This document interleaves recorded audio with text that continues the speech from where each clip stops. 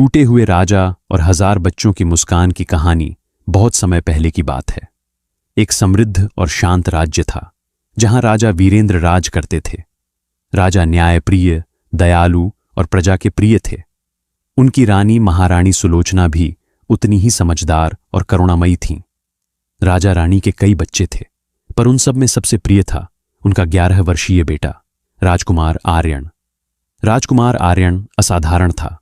वह खेलों में निपुण था, पढ़ाई में तेज था और हर किसी से प्रेम से बात करता था। महल के सिपाही हों या आम लोग, सभी उसे बहुत चाहते थे।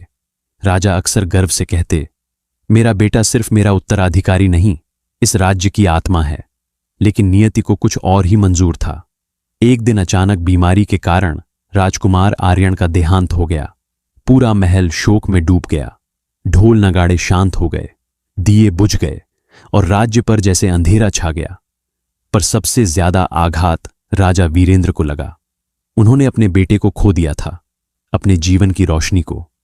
राजा ने खुद को महल के एक कमरे में बंद कर लिया। न वे दरबार में आते, न किसी से बात करते। राज्य के काम रुकने लगे। उनकी आंखों की चमक बुझ गई थी। रानी और बाकी बच्चे उन्हें समझाने की कोशिश करते, पर राजा बस एक ही बात कहते, मेरा बेटा चला गया, अब कुछ भी शेष नहीं। महारानी सुलोचना ने हार नहीं मानी। वे जानती थीं कि राजा का दिल अभी भी जीवित है, बस दर्द में दबा हुआ है। एक दिन उन्होंने राजा से कहा, महाराज, आप अकेले नहीं हैं। आपके बच्चे, आपकी प्रजा, सब आपको चाहते हैं। राजा ने पहली बार सिर उठाकर उनकी ओर देखा। कुछ दिनों बाद रानी ने राजा से महल से बाहर चलने का आग्रह किया। बहुत मना करने के बाद राजा मान गए। जैसे ही वे महल से बाहर निकले, उन्होंने देखा महल के बाहर कई गरीब, अनाथ और बेसहारा बच्चे खेल रहे थे। कोई मिट्टी से खिलौने बना रहा था, कोई हंस रहा था। एक बच्चे की हंसी ने राजा का ध्यान खींचा। वह हंसी बिल्कुल आर्यन जैसी थी। राजा रुक गए। धीरे धीरे वे बच्चों के पास गए। बच्चों ने डर के बजाय मुस्कान से उनका स्वागत किया। किसी ने उनका हाथ पकड़ा, किसी ने कहानी सुनाने को कहा।